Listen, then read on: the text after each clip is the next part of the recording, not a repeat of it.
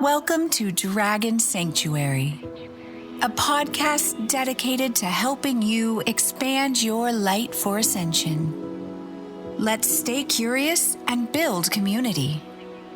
And now, here's your host, Vick. Hello everyone, and welcome back to another episode on Dragon Sanctuary. If you're watching, you will see that I have a very special guest. I have to tell you, this guest has been my number one fan and supporter from before I started the podcast. We'll talk a little bit more about that. But truly, my stepsister, Vanessa, I'm on the podcast. is on the podcast, and I'm so excited that she's here. We have honestly tried to do this for a while. Too long has passed, but as you all can probably tell, I'm trying to be more consistent with the episodes. So I'm really excited for this one, and I just wanted to thank you so much for being here and supporting. You're welcome. My pleasure. So, well, should I say something to that? It's actually my pleasure to support the people I care about doing what they love to do. It was like, yeah, I'm going to listen to Vick's podcast. I'm very curious what you're going to say on this. fair. You know what I mean? Someone like you know in life is doing a creative endeavor. I'm nosy. I want to know what you're thinking, what you're saying, what you're doing. No, I'm on the podcast. No, we get to know and be nosy about what you're saying and you're doing. So let's go into that. No, I love that. That's so true and good. Okay, so for those of you who don't know Vanessa and I personally, Vanessa is my stepsister. I know I said that. So her dad and my mom have been together for many years. I want to say we met in grade 9. We met in 2009. 2009. And before actually, Christmas. You read my mind because I was gonna ask if you remember the first time we met. The mall? Was it Burlington? Mapleview? Yeah. I don't remember that. I do remember like talking about our mutual acquaintances. You were really good friends with some people I knew. Yeah. We were the same age, different high schools. Same town, but like just opposite sides of town kind of thing. Tell me about what you thought about that. I have a very distinct memory. So 2 memories. First of all, the car your dad was driving. Which one was it? Because like Subaru? it was his Outback, the green I inherited one. that one. Really? Oh, baby. Bed in the back, clown car. No. Stuffing my friends in, 11, donuts around. All right, everybody out. No. Last stop. I remember being so like, I actually saw his car at the end. Like, and I was like, wow, Mom, like, this is the guy, eh? This is the guy with the green Subaru. You know that green Outback Subaru color that's like, it's actually beautiful, but like seeing it with that particular car and make model, it's like, whoa. you think it's a little ugly, but then you like take a second look, you're like, that's beautiful. And today, that was technically my first car. that's a privilege. Absolutely. I would take that car today. 4-wheel drive. Yep. Like, it's No, incredible. grade 9 me was judging, but Vick today in 2025 is saying, get it for me. Dad was pissed. What happened to that car? Nothing. I made a bed in the back because you could camp out. You could like, I have a bed in the back of my current vehicle. Like, True, I need she to does. be able to get going. She does. She And- likes to camp. Yeah, you know. And anyway, he saw the bed in the back of my van. He did not like it. He was not happy? I was not happy. I don't know. Too vagabond. Like it. Fair. I said I was like surprised that I didn't know that was something to be upset about, but it was. I also remember us going into this record store, and you were like Not that day. Yeah, that day. Oh. We went into this like, okay, it was like let me stand corrected. It was like a music store that had a store that had records. Uh-huh. And you were like very into Pink Floyd. Oh. And you were like grabbing the album and you were like super stoked, and like Vanessa's a stoked person. Like like in my previous episodes I've talked about cheerleaders. Vanessa's like a university cheerleader all the time. And Yeah, like you were fired up about it, like so fired up, and I was like, "Who is Pink Floyd?" Like, and now you have like, no, I didn't know who that band was, like, and like my mom even knew that my mom was like, yeah, you like Pink, yeah, I know you love Pink Floyd, and like that's one thing about your family, like Vanessa's dad, my stepdad, like. Really good music taste. Music. My dad, I grew up listening to music, and it wasn't like typical music that Canadians grow up to, except for Beatles, because he learned English by listening to the Beatles and Elvis. So I grew up on one of those. Fact. Yeah, but most of the music I grew up on was Italian music, but really awesome. And he likes dancing and moving. And your dad is the best male dancer I know, dude. It's weird because it's underrated. Like, I will go to a wedding and my dad's like, all right, the music is on. He's always getting me to go request a specific Italian song at a wedding to see if they'll play it. And I'm like, DJ, you got to play this for my dad. I know it's an Italian song, but we'll be like, There's one that's coming to mind. I rip it today in memory of your dad. Oh, play it. Oh, what's it called? Italian or Latin? Because he also loves Latin. This is a really cool story. So my dad had a friend, a refugee from Cuba, and when we were like my sister's 2.5 years younger than me, so when I was about 5, 6, 7, 8, I don't remember exactly, he was living with my dad for a while, and we learned how to salsa dance and bachata, merengue in my dad's living room. That was monumental in my life, because I grew up like loving that kind of music and teaching it to a lot of people, like that kind of dance style. That is so fun. And like I will say I didn't know this about your dad until I think it was might have been at Sarah and Danny's wedding. Him just busting down. Which was my sister and my brother-in-law. And I couldn't believe, like, your dad's hips don't lie. No, dude. And like there's been a couple weddings this summer that he's come to with some of my friends, and like, dude, he goes sometimes and I like tap Mitch and I'm like, get in there with the notes. Like, he can really dance. I know. It's amazing. I know. Okay, what's that Italian guy? He like sings. Celentano? Yeah, he sings really hard and loud and like has a.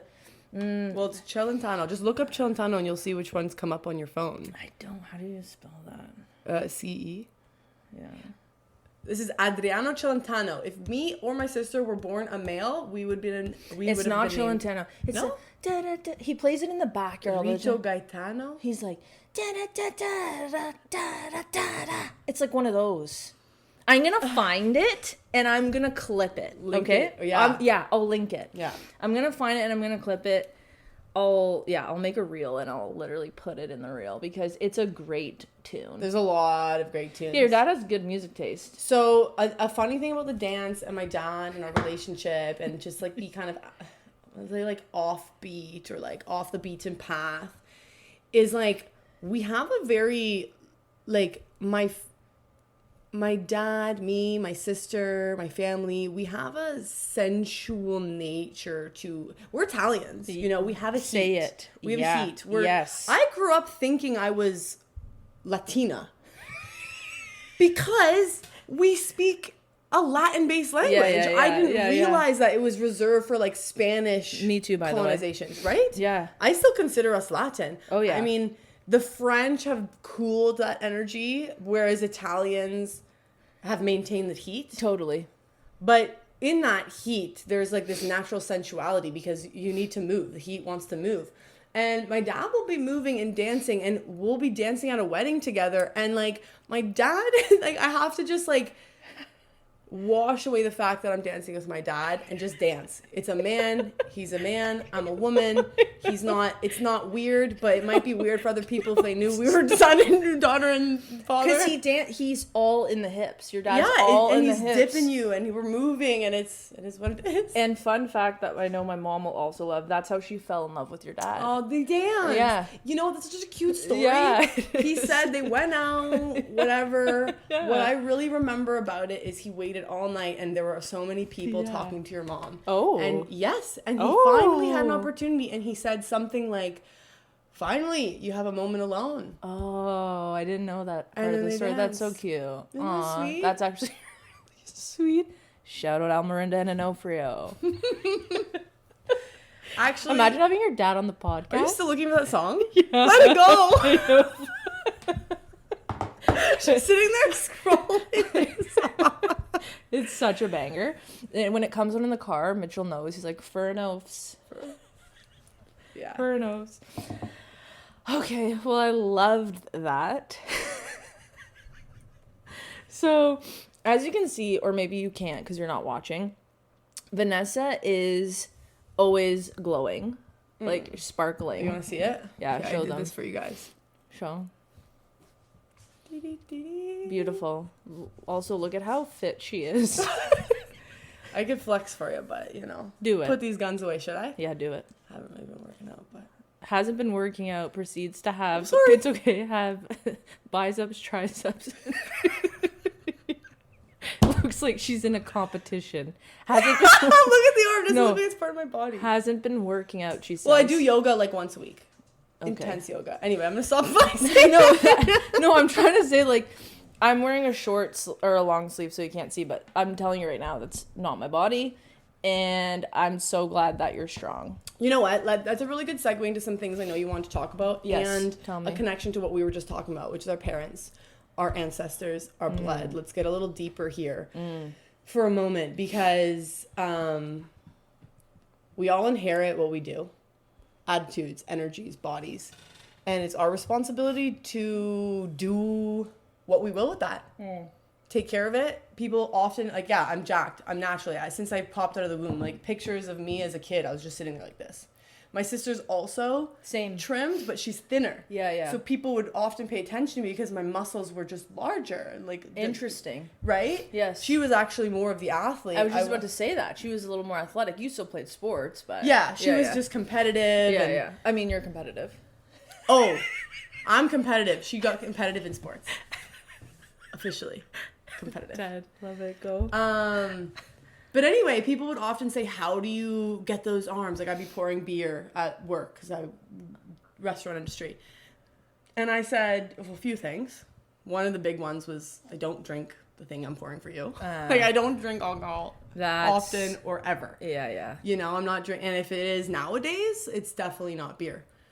You know? Yeah. Some more sake? I've actually, for the first time in my life, taken to tequila. Oh, I used to love tequila. Yeah, I never was a tequila drinker. I've actually really developed a taste for red wine. Finally. I miss red wine. Yeah, because you're not drinking at all. No. I've gone through since Yeah, you've gone through your own... sobriety up and down since high school. Yeah, yeah, yeah. I was like doing a lot of drugs. Now, I say a lot of drugs. I always managed my drug use, and my parents know it's not a secret. I experimented with my drugs, but I managed it, and not by myself. I was gifted and blessed to be introduced to a lot of people who really helped me, introduced me to concepts, and this is very relevant to the conversation of what we inherit from our parents and our family. Yes. And then what do we do with it? Yes. People can be trying to help you all the time, but it's our responsibility to do something with it. So when people say, wow, like, what do you do for those arms? I say, first and foremost, my parents gave me something good, and then I do my best to take care of it. I eat healthily. Yeah, I'm yeah, you drinking do. my water. Like, She prays over her food. Like, you have really good practices. You taught me that. Sorry, that really stands out because that was... Not to cut you off, but prayer also, ancestors, it is all related. Yeah. We come from a very religious background, both of us. Also, another really cute story about your dad. I don't know if you know that he does this, but, like, he keeps photos. By the way, I'm going to have to pause and take a moment to give Teddy a treat because he's been whining for 5 minutes. oh, okay. So I'm going to just step away for 1 second. We'll cut this out because it won't stop.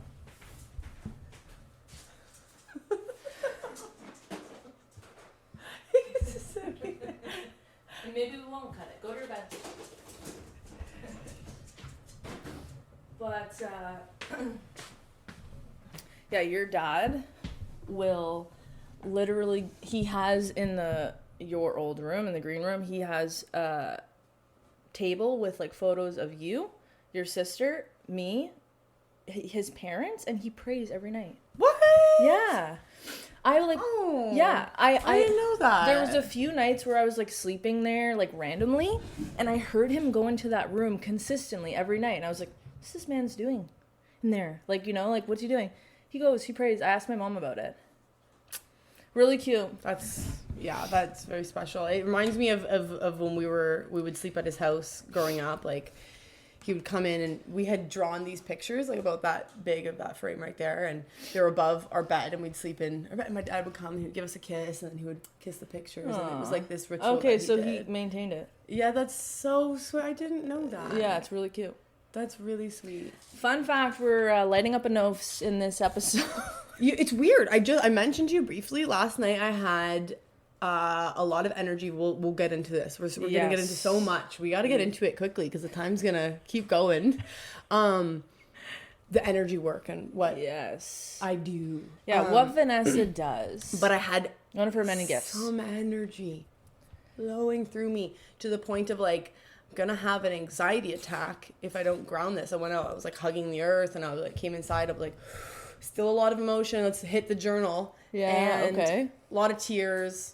A lot of movement, a lot of gratitude, and then I start cooking and I'm in a great space, and some tears and just gratitude for my dad come up. Oh. Yeah, and you know, I was going for a walk this morning and I was thinking about wanting to say this on the podcast. Okay.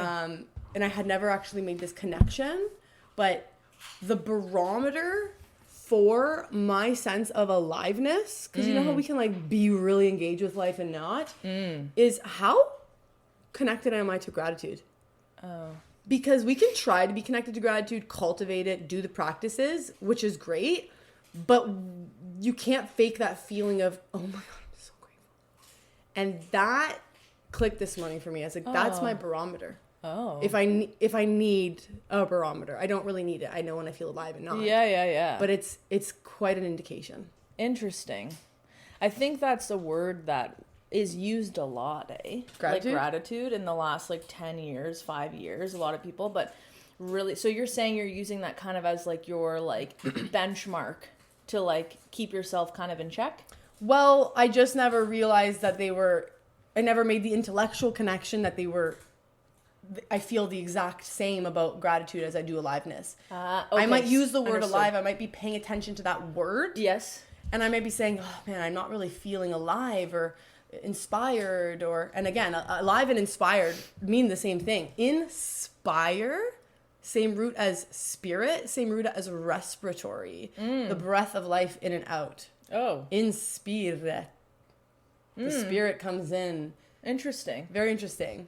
And so, when I'm not inspired and alive, it's easy to feel that. Right. When I'm not feeling grateful for things, it's easy to feel that. And I just had never thought about the fact that it's another synonym. Right. They're connected. Yeah. I love that.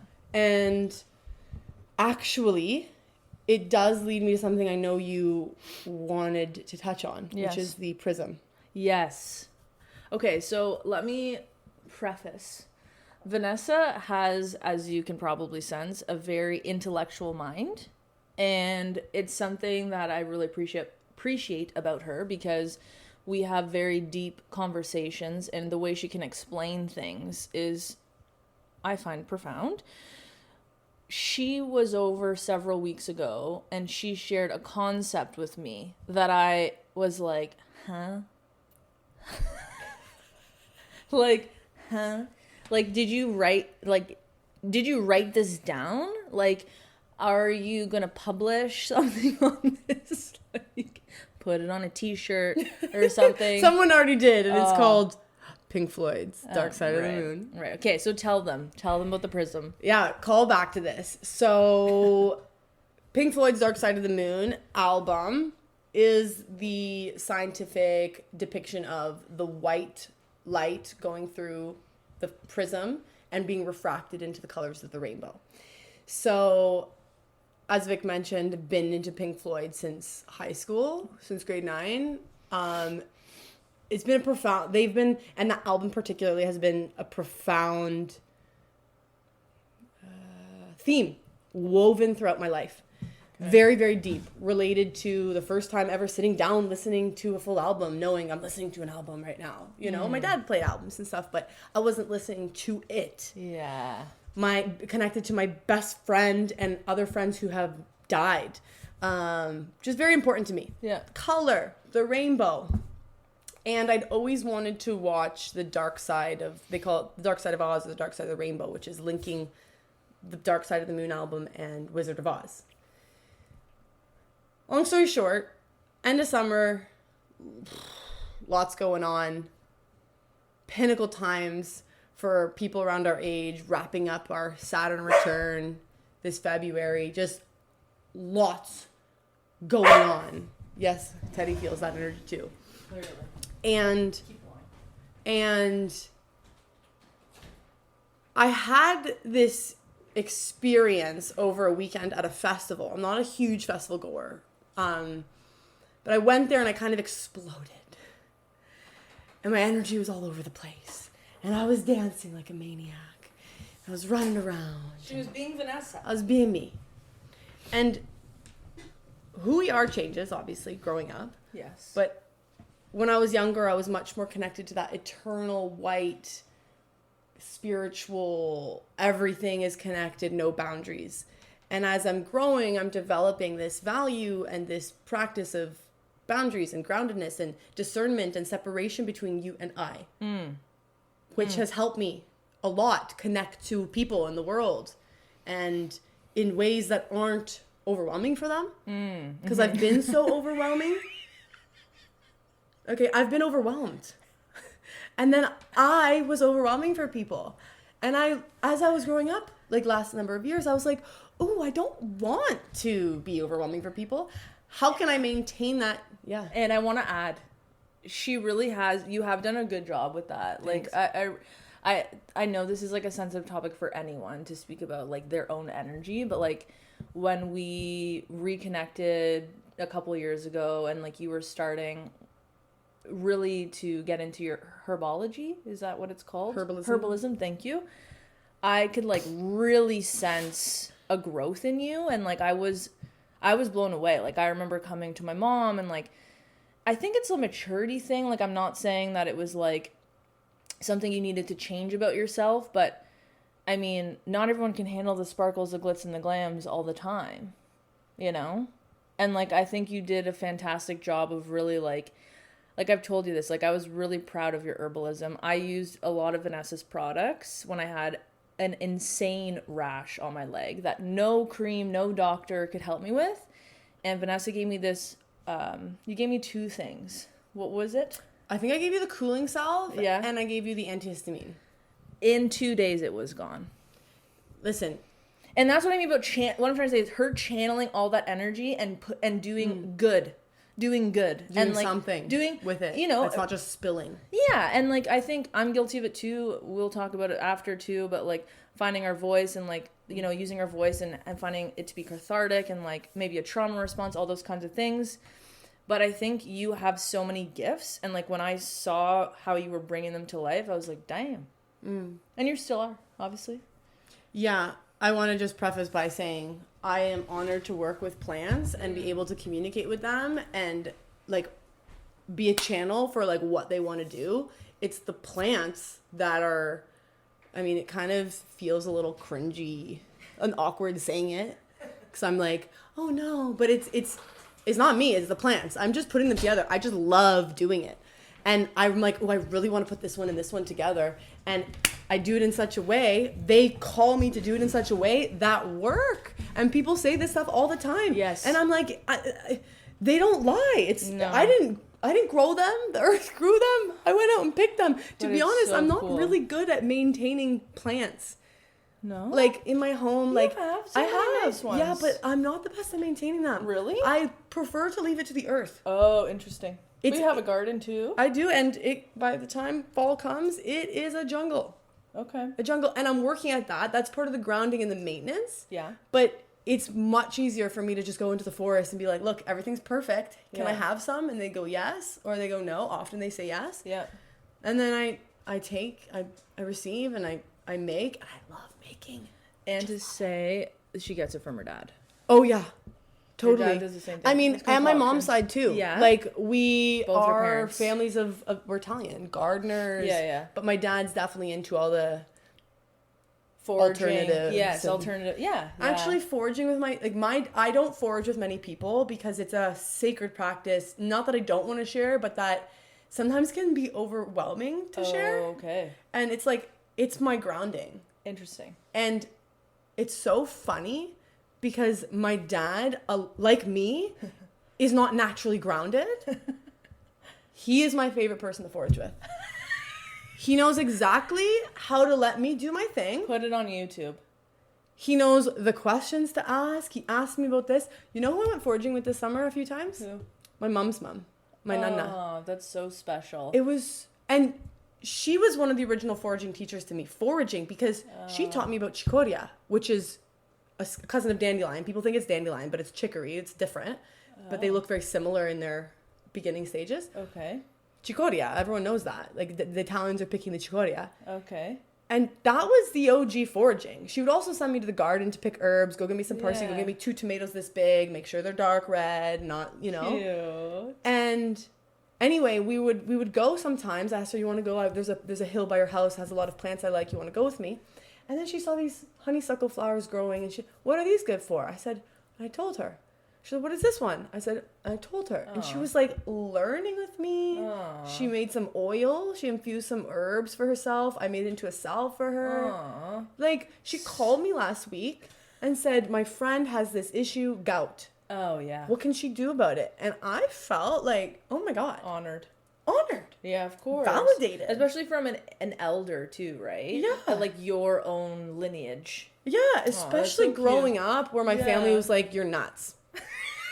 Always.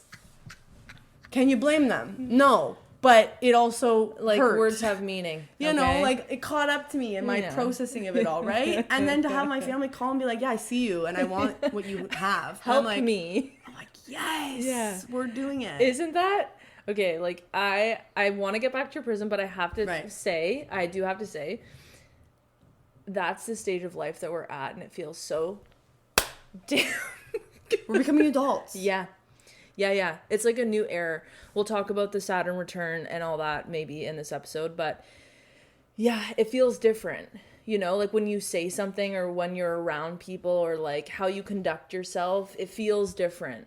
I talk a lot about this with my psychotherapist. It's just like we turned this certain age I believe we're in the prime of our lives. And I do treat every stage, I think, has its own prime time. And like, you mentioned that in your podcast. Yeah, It's like yeah. always a prime. Yeah. Thank you for listening and remembering. No, number one listener. I am the number one fan, baby. I am on the podcast. She's that I am the number one fan of. And that she also helped me kind of name, which we'll get in after. So, anyways, go back to the prism. No, I like this because the prism seems like it's a theme. Yeah, I know. It seems like it's a theme. And Okay. let's go into what you were just talking about the name? the refinement. Oh. Or the name. Okay. But like the blooming, the where we're at this point of our life, the maturity. Yeah, so like you talked to me for like shout out to Colleen, a good friend of mine, who shared that Casey Musgrave song, Deeper Well.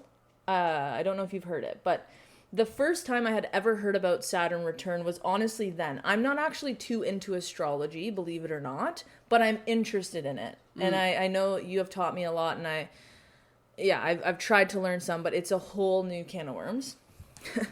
Saturn return, I didn't know anything about.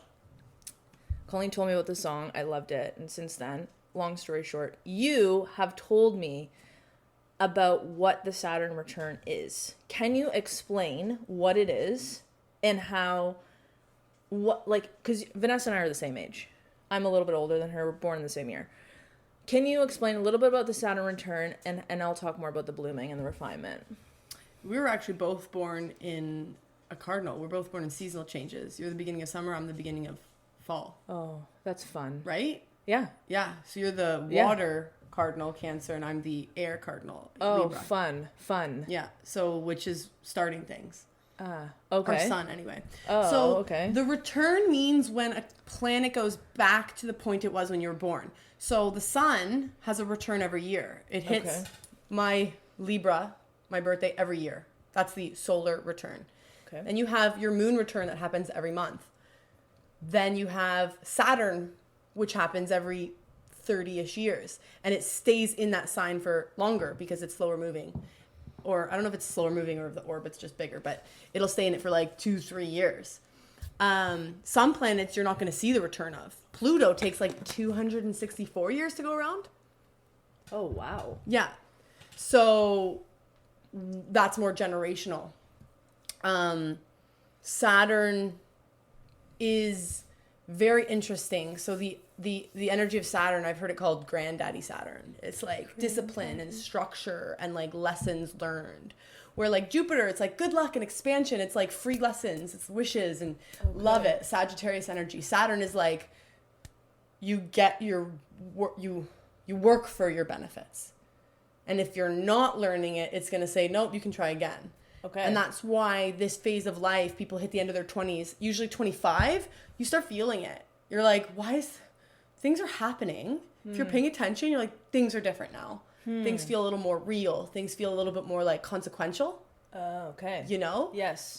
Because in that first phase of life, that first 30-ish years, then you have your second 30-ish years, then we're a child, so we're experimenting and we're gathering. And everyone has a different experience, obviously, but we're gathering, and it's very like data collection. And then we put it through the Saturn return, and we process it all, and we organize it all, and we find the consequences to action. Okay. You know, it's not so much about the gathering, and it's more so... Facing? That's a great word. Facing. That's what I'm feeling when you're saying it, especially with your... Yeah, example. Yeah, true. Yeah. It's like facing. It's like, how does this fit? Does it fit if I do this? And if I keep trying to jam this, people often... Bonk them heads. Yeah. They're getting into car accidents, sicknesses, like breakups, abortions, death in the family, and love, you know. Now, Saturn going to have like a more or like bigger or smaller impact on your chart depending on if it's aspected. Saturn for me is huge. And I didn't realize that until getting into astrology and looking at my chart. Okay. Saturn is like, it's aspected. So it has different relationships with other planets, making special pulls of energy. Yeah. And it's also my first house, meaning that the first house is how we like show up, present ourselves. So it's like actually sitting there in the first house. Okay. So it was just like it was like, wake up, learn. Experimentation is over. No, it's not, but it kind of childhood is over. And I squeezed that to the very end. I was like, let me see what I can get in the last few years of this. You know, our Saturn return ends on a Friday 13th. Oh, wow. Officially. When? Yeah. February. Wow. Let's just before I go to Japan? Let's have a party. Yeah. Let's... Actually, shout out to my friend Christine, who owns a salt spa in Waterloo, Oasis. Yes, Oasis. Shout out. She for a birthday present, she offered me to have a little party, and I said, "Listen, there's too much going on. Can we do like an end of Saturn return party?" She's like, "Yeah." That's so nice. That would be. I would be down.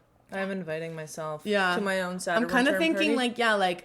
who of my friends are finishing their Saturn return? Let's all go to the salt spa. Yeah. You know, that'd be so nice. Yeah.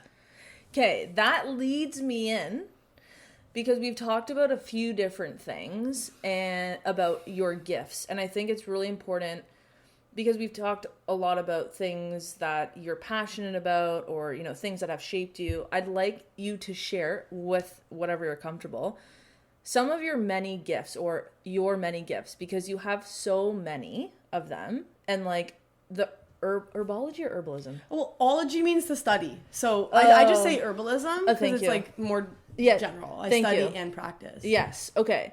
Tell us more about what you do. In general. Your skills. Okay. No.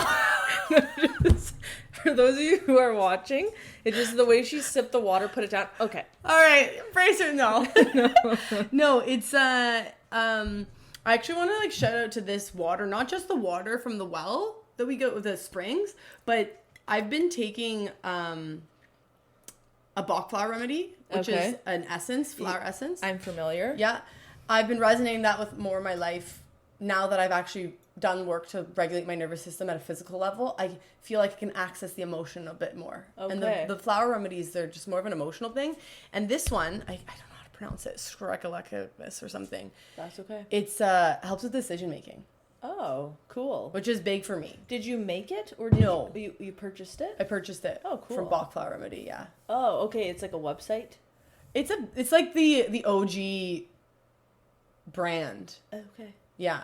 Okay. We won't get into that because that's okay. a whole nother conversation. Next episode. But it's been helping me just make decisions because it's like, okay, how do I go about answering a question about myself? It's just like the big question is like, who are you? Yeah. You know, like what are your gifts? What's your purpose here on earth? And I know it's a loaded question. yeah, and I've been exploring that a lot lately in Yeah. the last couple months because of some specific, like a course I'm taking essentially with Joe Dispenza.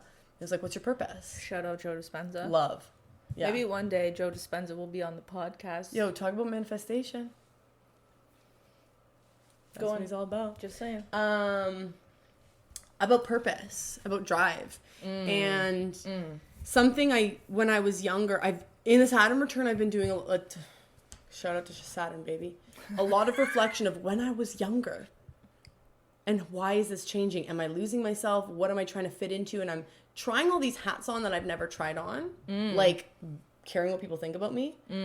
Which is important because as we said, I don't want to hurt people. So I had to actually learn that. But then it swung to the other direction where I was caring too much. And then that's why I wear these because I want to shine. Even if it's going to trigger some people.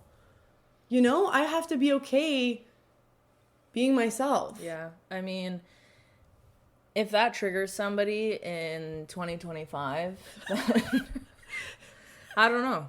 It's not about, it's more the symbolism. It is. And I think shining. it's true. And like, I think it's like the most important thing is to be yourself and not dim your light. That's it. Yeah, it really is. And like, people are going to be upset by it. and you can offend anyone by anything, right? Like, you don't even know. You could be offending somebody and not knowing that you're offending someone. At the end of the day, you're just being you. And this is all nice theory, but working at it emotionally when you're learning things like relating to people, Yeah. it's a whole nother thing. Right. So anyway, okay, I have so many things to say, but they're not even relevant to your question. So let's go back to the question. I love it. What do I do? What are my gifts? Yeah. So the what I've excavated through the help of Soul Contract, Beautiful. which you've mentioned your mom reads and teaches, and we might be studying. Yeah.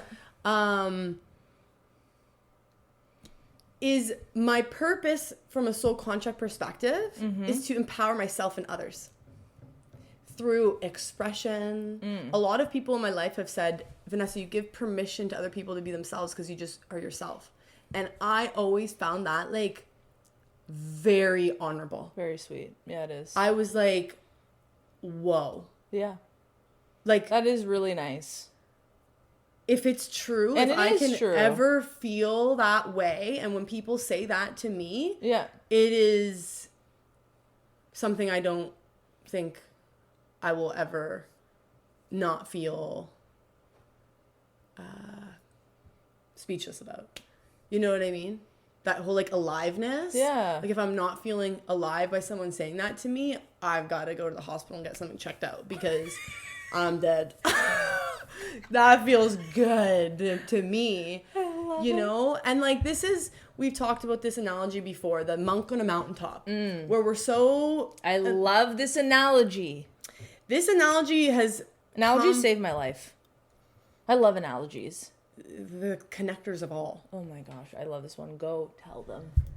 I'm not a monk on a mountaintop. Yes. Not in this life anyway. And Yes. respects to them raising the vibration of the planet Yes. and doing what they're doing. But I'm down here. I'm laughing. I'm crying. I'm having sex. Teehee. Sorry for listening, Dad. Imagine he listens to this. We should make him. This is all about you, this podcast episode. We've been talking so much about it. Yeah, we will tell him to listen. My Okay. voice Okay. will get me into trouble, but it is actually, and this is from my charts, this is not like... Soul contract, you mean? and astrology. Oh, okay. You see a lot of the similarities in these things. Okay. It's sense. even in the etymology of my birth name. If you look up what my name means, My last name means voice of the croaking frog. Oh, wow. The frog is a symbol of transformation. You know, there's transformation in the voice, in the croak. My first name is Vanessa. It's a genus of butterfly. There's a lot of transformation, but it's in this expression. Okay, quick note for the astrology buffs. My Chiron is exact conjunct my Mercury. And I don't mean exact in an orb. I mean both at exactly 4 degrees. Meaning the wounded healer is what we teach. Mercury, communication. Okay. Exact conjunct, it's like there's going to be triggers when I speak. You know? And hence why it's so important to speak and excavate, discover, free the truth. And it's not my truth. It's like clean the gunk and let God flow through me. And so when we have all these blocks from just letting God flow through us in the most pure, free, when I say free, I mean, it's not even, it doesn't cost any money. Let's remove those and let's talk. And yes, it's gotten me into trouble. Lots of it. Lots of it. Lots of different kinds of trouble too. So now in my maturity, in this post-prism, we're gonna get to this analogy. It's been a process of, okay, how can I connect with more people in a grounded way where fewer people are writing me off as crazy and I can actually relate so that I can actually do the work that I want to do. I want to be a channel for it. But if I'm so bounced up that people are like, yo, this is too much, then what's the point of being connected to God? No one wants to hear it. The balance. So, Tantra, would we call? I did study you did Tantra. Study it? You did? Yeah, I did study Tibetan Tantra. Okay. And, okay, so my gifts. Yeah. I would say part of my gift is channel. Being a channel.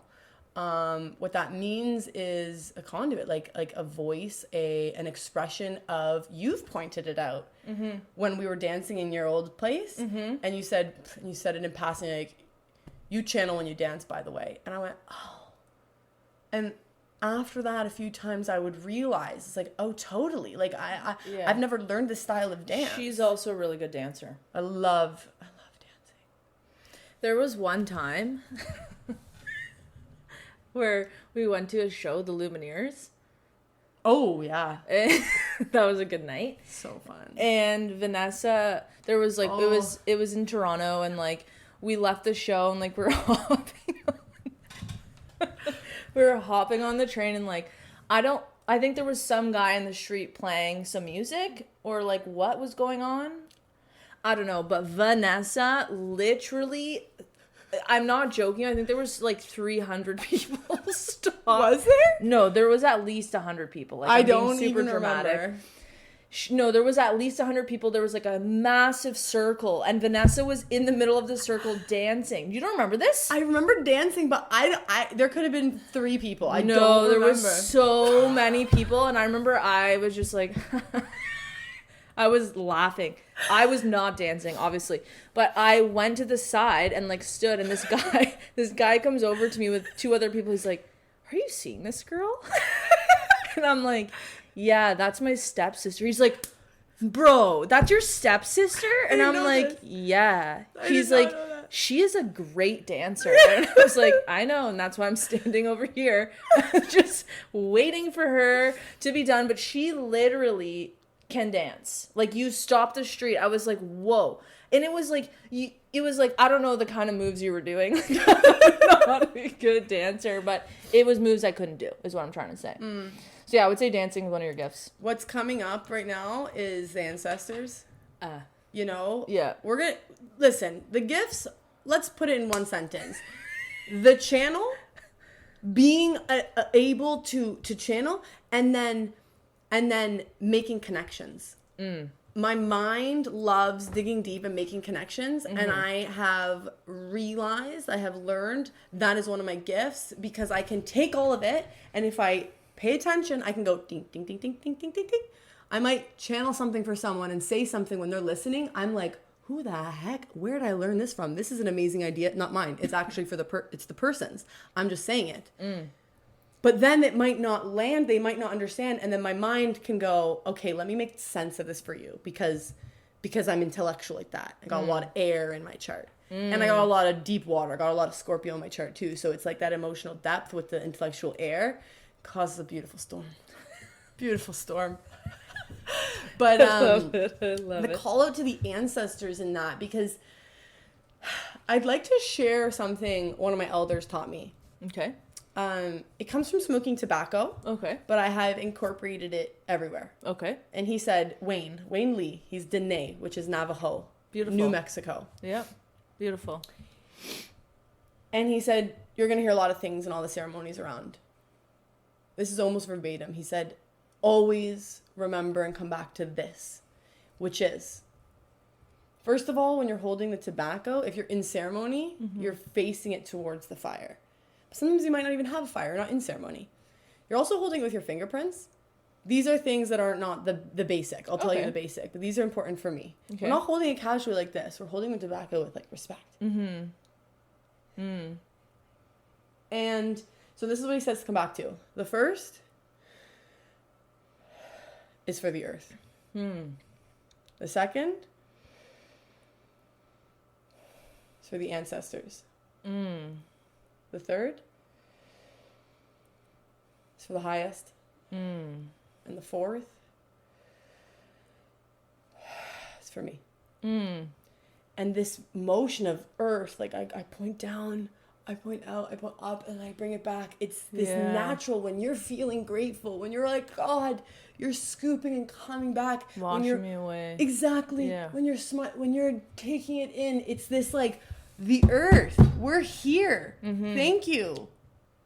My God, when I hold my coffee, I go, thank you for your magic beans. Took her 15 minutes to drink my coffee that I made for her. It was cold by the time she drank it because she had to pray over it 3 times. While we were talking, I'm making fun of her in a good way. Yeah.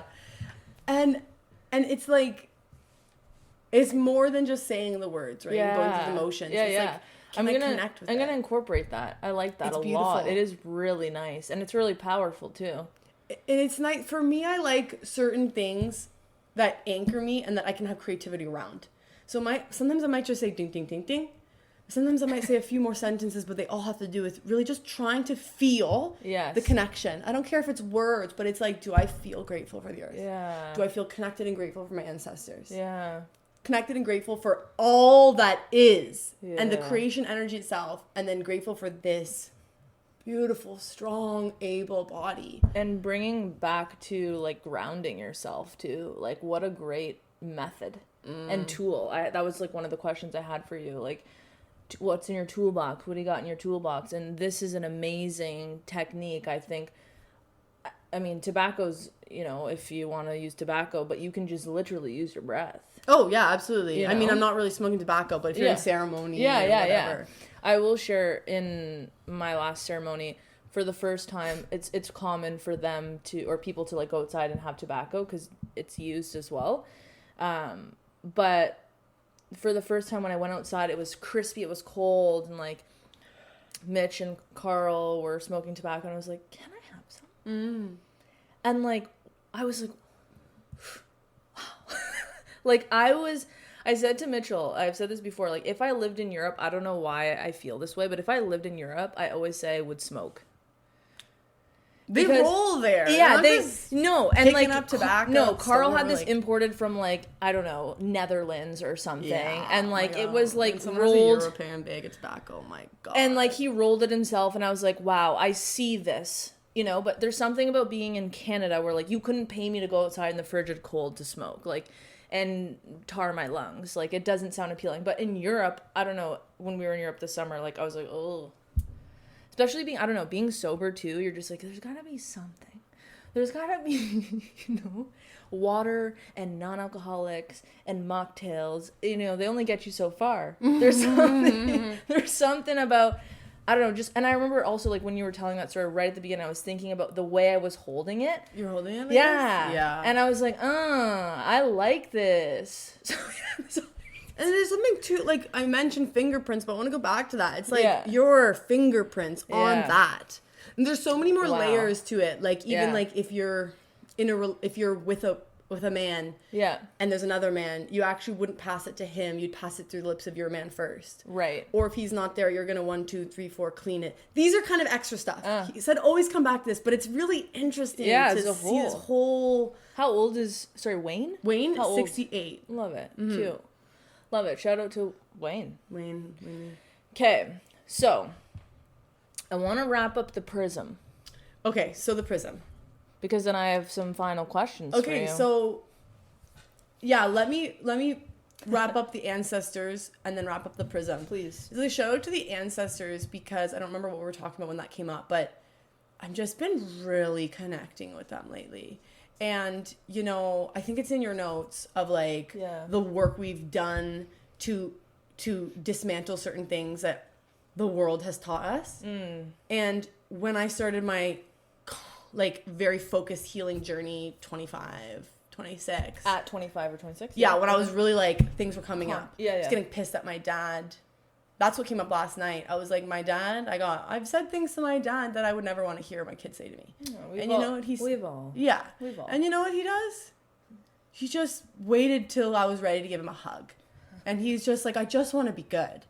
It makes me want to cry because it's like, you know, like we have good, caring people in our life. We do. And the lights flash, you know? Yeah. And when we Our don't... parents especially. Yeah. Yeah. And when we don't, and I totally respect you for this, like you excavate finding the compassion for their journey. You know? Thank you. You're welcome. And I see that. And it's important. Yes. And necessary to be a sensitive, conscious, like aware person in this world with all this bullshit. We have to like choose what we're going to focus on.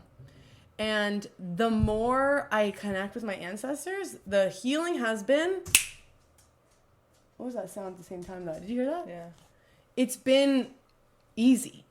Because it hasn't been, oh my God, let me dismantle what you taught me. It's, let's do this together. Yeah. I have been when I just finally said, you know what? I'm going to stop trying to like convince myself that all this spirituality isn't real and just like believe it. Just choose to just surrender to it. Yes. Oh my God. They were like, let's go. I've had experiences with them before, but like lately, it has been incredible and it's freeing and we're partying together and it's like, it's awesome. So let's go to the prism. And it's so important. Like another thing I would like to add on, it's not necessarily super spiritual, but it's like something that I read and I've seen it a few times online, which is like, your parents are doing this for the first time too. Yeah. You know, and like our grandparents and everyone who came before them and like, yeah, it is hard. I will say, like, you know, it's hard to break cycles and it's easy to like point things out in other people and then to like not have the same awareness for yourself. You know, which is something I'm constantly kind of learning and shifting through, but yeah, beautiful. Do you want me to move or comment? You can comment. There's a lot of like, I feel like the more woo and popular a way of wording something is, the more I resist it. I don't know, maybe it's my Aquarius rising. I gotta be different. Yeah. But like just saying something like we chose our parents feels a little out there. But what really kind of makes sense to me at a deeper level, hey Teddy. I've never seen him like this, just so you know, in an episode. You want to be part of it? Because you're an ancestor. He literally has not stopped whining, wanting to go outside. So anyways, I'm just going to make him part of the episode. Sorry. So that's okay. Hi, Teds. I lost my train of thought too, or your train of thought. We were saying... Going back to the ancestors, you were going to respond. Compassion. It's okay, we'll give it a sec. Okay, yeah. We can cut. Yeah, we can cut. Okay, the prism. Or take a second, maybe it'll come back to you. Teddy's an ancestor You too. know what? You might just have to cut all that out. That's okay. Yeah, that's what I said to him. I literally looked at him and said, you're an ancestor. Teddy's an ancestor too. Yeah. Teddy is part of the episode because he's an ancestor too. So I do have a couple more questions for you. And before we get to them, I wanted to ask you to enlighten us with your prism. I'm not a monk sitting on a mountaintop I don't need to be perfect. I want to come down here. I want to experience the laughing and the crying and that sex that we went into a whole conversation about. And in that, there are boundaries. There are differentiations I have to make. I have to learn how this world here operates. Mm-hmm. The way I love my partner, my lover, is different than the way I love my best friend, the way I love my father, the way I love a male friend. Absolutely. A female friend. And when I was younger, I feel like I was much more connected to that. Let's go back to the prism. Let me go back to the prism. We have the white light. It enters the prism. It refracts into the 7 colors that we see as human beings on this earth today. Now they say butterflies see what, 16 million or whatever, 6 million. Could you imagine? We see 7 and look at all the colors we see. Right. Side note. Interesting. Right? I didn't know that. Apparently. This is what I mean. Like, Vanessa knows things I just don't know. Yeah. So when we come, I feel like I would like to start again. Go ahead. Okay. Can you ask me again? Of course. So, before we wrap up, and I have a few final questions to ask you, I would like you to share your final thoughts on the prism. The prism concept, Vanessa's prism concept. I can't really take credit. Okay. I really can't. Okay. But I mean, it's still cool. It's cool. So, as I was saying earlier, this summer I was at a festival, and what I realized, some stuff went down. Energy was flying. It was wild.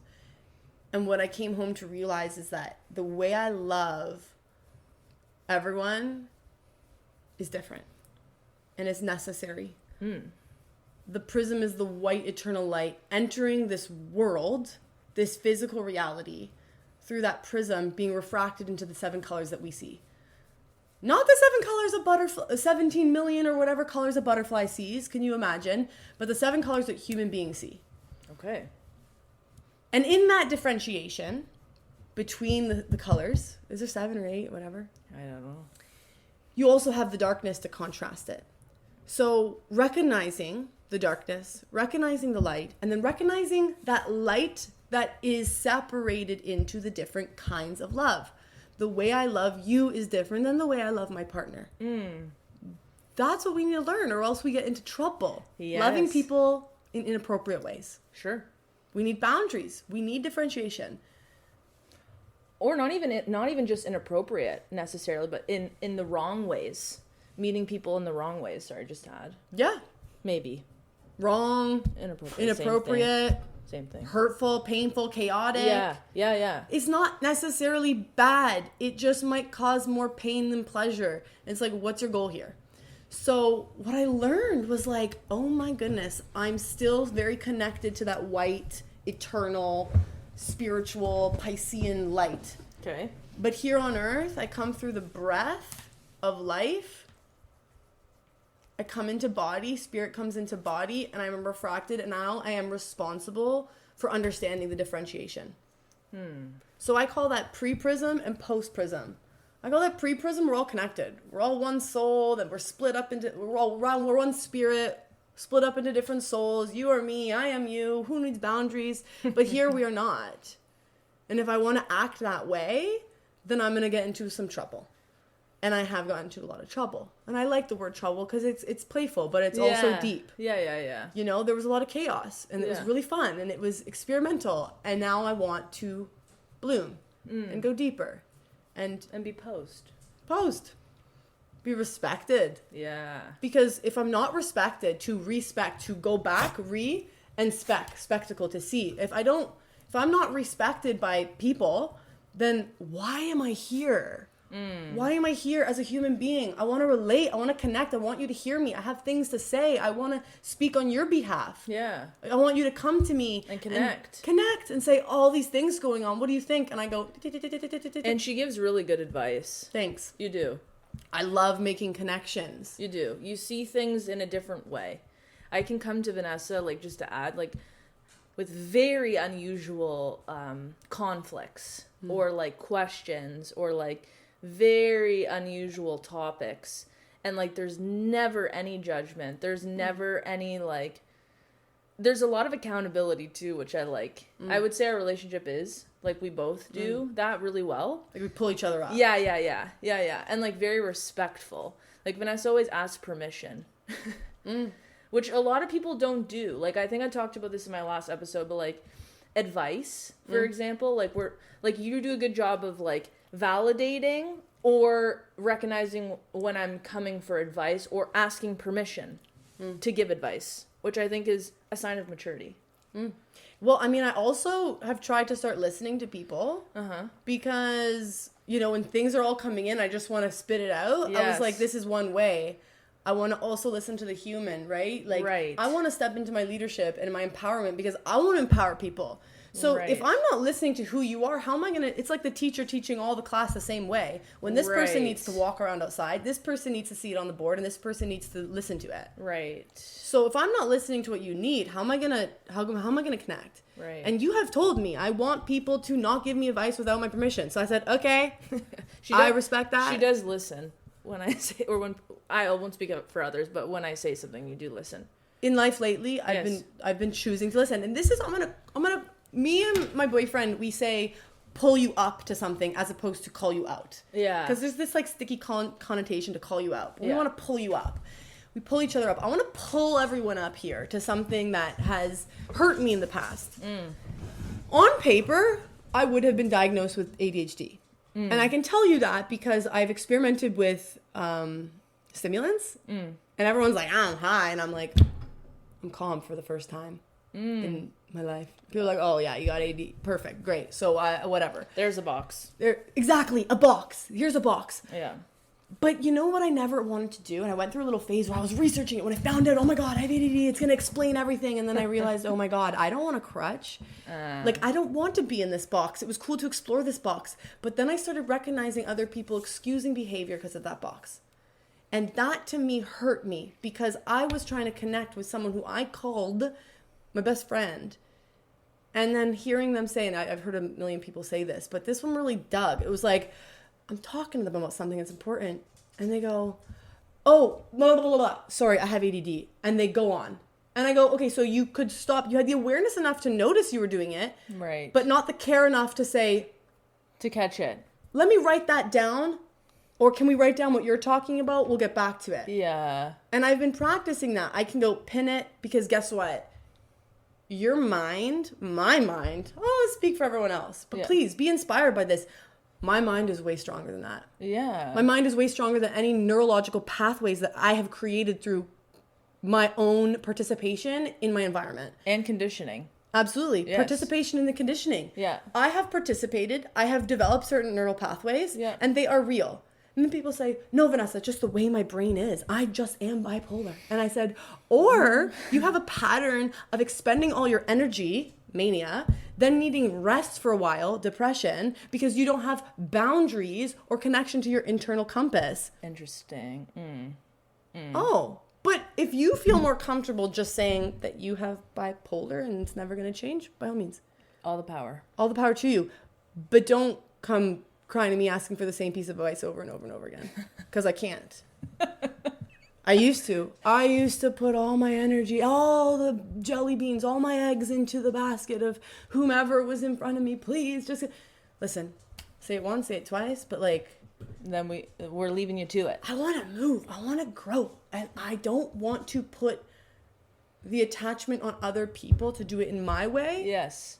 That's too sticky. And it's accountability too, right? Like, I think for people to, I don't know, like we have had this conversation many times about many people and talking about the same problems over and over again and then not doing the work. It is a symptom. It could be a symptom of depression. It could be a symptom of anxiety. You can label it however you want, but there comes a point in life where you need to stand up and rise to the occasion, or, you know, I'm not going to be here to console you all the time. You know? I've been told in my life I don't understand addiction because I had friends who died of addiction, who died of mental health, like directly to their own hand. And I would say things like, you just gotta, and it was overly simplified. I was young and I was told, Vanessa, you just don't understand.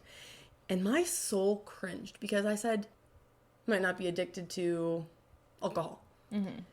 But I understand attachment. Please don't tell me I don't understand. Yeah.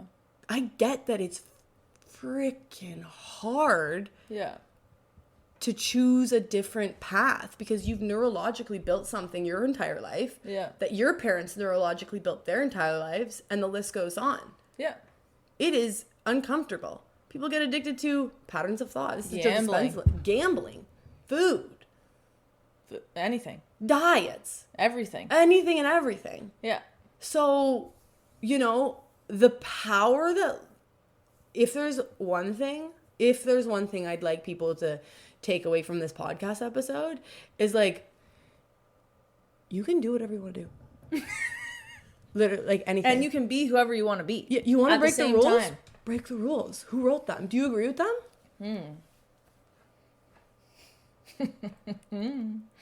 Love it. Okay, so as we're wrapping up here, it's been a while since I've had a guest on, but I do like to ask a couple questions for my guests, and just to kind of hear and leave. I know you've left many nuggets actually, but I wanted to ask you, what accomplishment or accomplishments in your life are you the most proud of?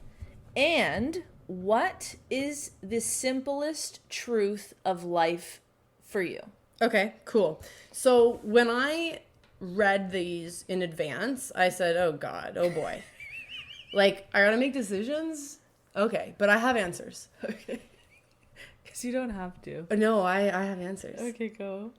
But what's coming up right now is I have two answers to one of those questions. Okay. The first I'll give is the one that just came up right now.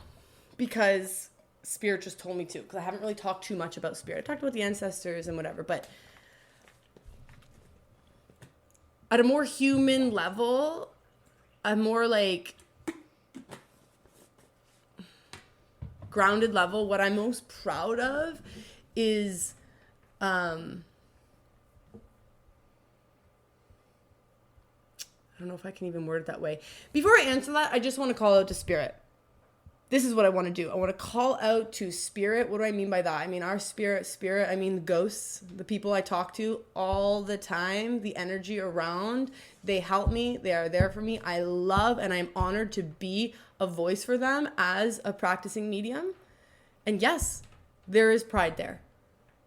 If that's the word I want to use, I want to call they super present on the way here today. I was like, oh baby, of course they're here. Yeah. In ways that you could cut through like cheese, you know?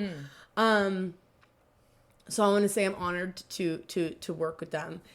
And what I'm most proud of is we've talked about it. I do my best in life to take what my parents gave me, my ancestors gave me, my friends, my family, the world has given me. And I always do my best to do the best with that. And oh boy, sometimes my ego gets in the way and I turn into a rotten little mess. And then I figure out how to get out of it. And I always do.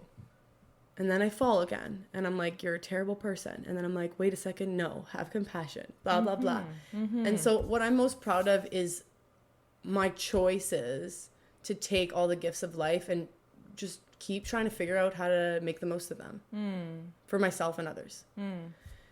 Beautiful. And the simplest truth of life for me, at first when I read that question, I was like, I think, therefore I am. Oh, cute. Honestly, it's been big in life lately. I keep thinking about, I don't know if anyone else is real. But it's like that eternal white light where we all are connected. But my real answer for you actually is Creator knows. You know, you wanna F around. You wanna blame other people. You wanna not take accountability. You wanna pretend that what you did was okay. Fine. You can take your time learning your own lessons. But Creator knows. I can't hide from the energy of truth. Beautiful.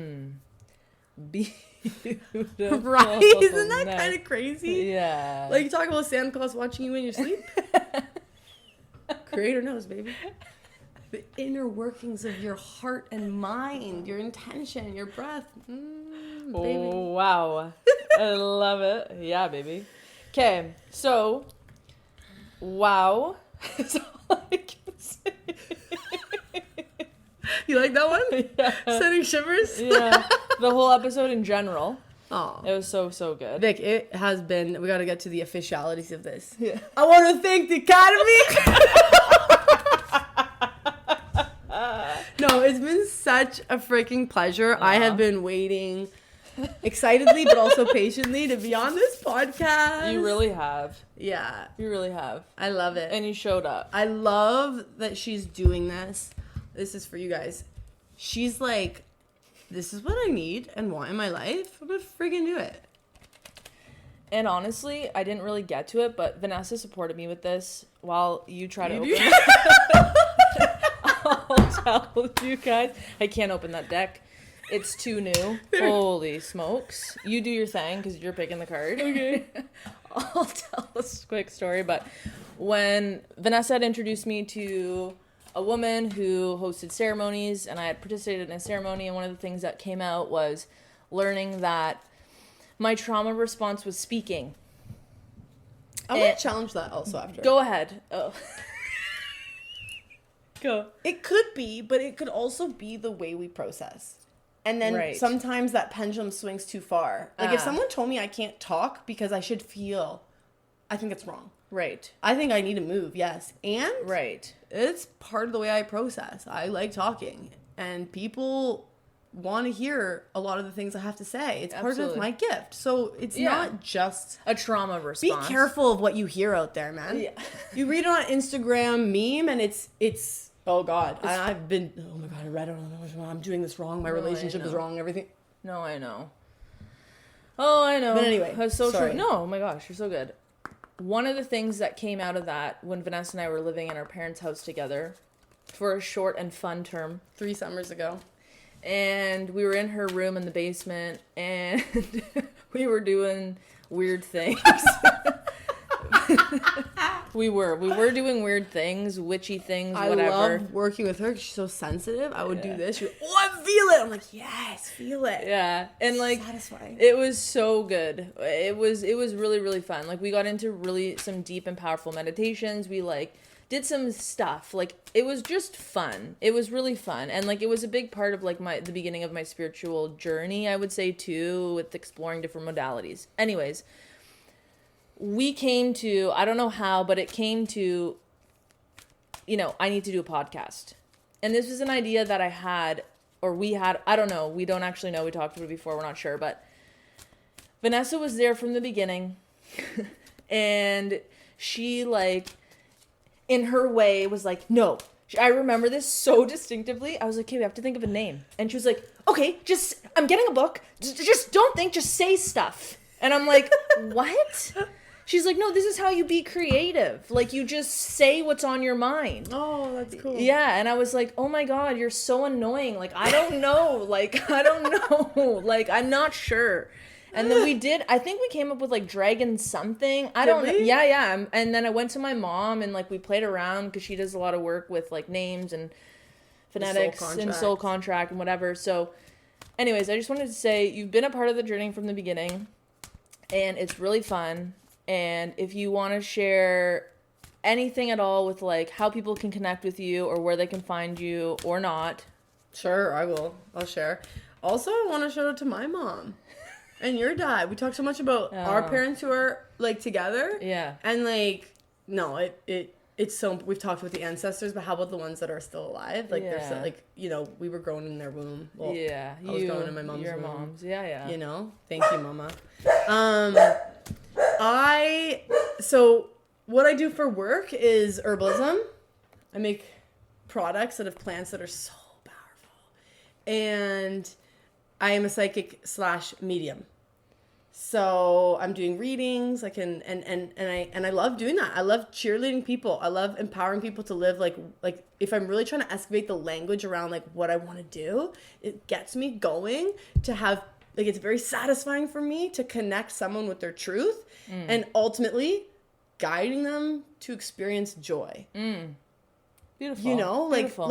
How can I do that? Is it a business? Is it like the relationship I'm in? Is it like, where is it? And then using these channeling gifts we've talked about. So that's what I do. You can find me honestly on email. Yes. Is the best. I am on social media, which is Water Mama Vanessa, and Mama is spelled Mamma. But email's the best way, I would say, because that's going to stay, and that's contact watermama@gmail.com, and that's Mamma. And I can link it. Oh, yeah, I can great. include it too. Yeah. So, with that being said, how are we ending? What card are we pulling? First and foremost, I'll show the deck. Medicine cards by Jamie Sams and David Carson. And I love the way these things happen. My sister, my blood sister, shout outs to her too. Victoria. Vitt, yeah. Vick and Tor were life partners. She gifted me this deck, and then this is Vick's newest deck, and I was like, I love this deck. So it's kind of fun how that worked out. Yeah, animal medicine. So we're pulling the card. Wow, cool. Antelope. Antelope. And that's a 3-7. And that's a 10, which is numerologically 1, which feels like a very cardinal new beginning. I always like to look at numbers too. It's important for those who may be interested. Beautiful. So I guess I'll read it. Read it. These are long. Well, for those who are interested in listening, we're going to read a long passage from this deck. Let's see. Okay. Action. Run, antelope. Teach me of action and its pace. Quickly, quickly, so I may run with grace. Would you like me to read it? Yes. Okay, cool. I would. So the word is action. When time was just beginning at the tribe of man was small antelope. Sorry, I gotta start. That's okay. No, I get stuck too. We can read, like, but there's something to be said for when you're reading for. Okay, I don't know. I was just like, wait, what? So I know how you wanted to read that, but it didn't flow. Go ahead. Okay, Take when two. time was just beginning and the tribe of man was small, antelope saw the two-leggeds were naked, hungry, and in danger of extinction. The ancestors would soon vanish from Mother Earth if action were not taken. Oh my God, I'm loving this. And it's that call to action. It's that cardinal energy of starting. Antelope took action and came into the camp, calling all two-leggeds together for counsel. Great Mystery sent me to teach you a lesson. The lesson is to do. Oh my God, this is so profound. I've been on this note lately of screw perfectionism. Just put it into action. Our culture, I'm interrupting. I heard this in a video recently and I said, oh my God, I've been in this. Addicted to content and information consumption, lacking the application, and this is where it moves. It moves and we grow in these cycles. The lesson is to do. You have no need to be fearful if you know what to do and then you do it, Antelope said. And what shall we do? Asked the people. If you are naked and cold, you should kill me and take my coat to keep you warm. It is my gift to you. Do it. We will, said the people. But what of our hunger? We are starving. What can we do to save ourselves? If you are hungry, you should kill me and take my flesh, for it will nourish you and make you strong. It is my gift to you and part of my evolution. It is my service. Do it. Antelope knew that humankind would survive the Ice Age if the people learned to eat meat. Before the movement of... Wow, this is really interesting. Really so interesting. grounding, right? This feels a lot like, oh, we're all connected. Yeah, the plants are alive too, you know? Yeah. Okay. Before movement of the great ice mountains, fruit and vegetables had been plentiful, and the two-leggeds had no need to eat of the bodies of their fellow creatures. The clans of the second world ate antelope, taking the instinct and wisdom of the four-leggeds into their bodies. The people learned, through each creature's essence, how to survive. They were taught never to waste or to take more than what they needed. When they were in need, the two-leggeds knew how to take action. Humans learned Antelope's lesson well. Because of Antelope, humans took proper action and survived to this present day. Antelope taught humans to honor the gifts sent from the Great Mystery and to avoid indiscriminate destruction of life. Antelope signifies knowledgeable action. Antelope is a symbol for the antenna of your hair, which attaches you, to Great Mystery. And that's capped the proper noun, great mystery, by its long cords of light. Looking at antelope, you become aware of your mortality and the short time span you have on this planet. This is deep. Very. With this in mind, you must act accordingly. Proper action pleases the great mystery. Antelope medicine is the knowledge of life's circle, knowing of death. Antelope can truly live. Action is the key and essence of living.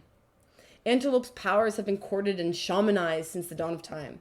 Antelope clans have been many, and the power of antelope people is great. Antelope medicine gives you strength of mind and heart and the ability to take quick and decisive action to get things accomplished. Beautiful. This feels very post-Prism. Like, let's understand what we need to do here. Yeah. If you feel stymied? Sorry, where? Stymied? Yep. Stymied. Yep. If you feel stymied, call on antelope medicine. If you're balled up and twisted in knots, antelope powers will speak to you of proper action and soon set you free. Many indigenous solutions to problems are whispered by antelope. Listen, and even more importantly, act. Surround yourself with the illumination and secret knowledge of antelope. Combine this with action and you will overcome any obstacle or hindrance in your path. If antelope is your centering tree and strong personal medicine, thank Great Spirit. Say what should be said. Your judgment is sound and your actions will be successful. Beautiful. Always listen to what antelope has to say. Antelope in your cards indicates a message of higher purpose. Antelope arms you with the bow of authority and forces you to act on the behalf of self, family, clan, nation, and finally, Mother Earth. Antelope says, do it now. Don't wait any longer. Antelope knows the way, and so do you. Take courage and leap. Your sense of timing is perfect. When Antelope has bounded into your cards, the time is now. The power is you. That's kind of what you said. Do what you need to do. The power is you. Well, everyone, this has been so fun. I'm so grateful and so excited to share this episode with you and have you here. So thank you so much, and we will see you again soon. Absolutely. Ciao. Ciao. Thank you.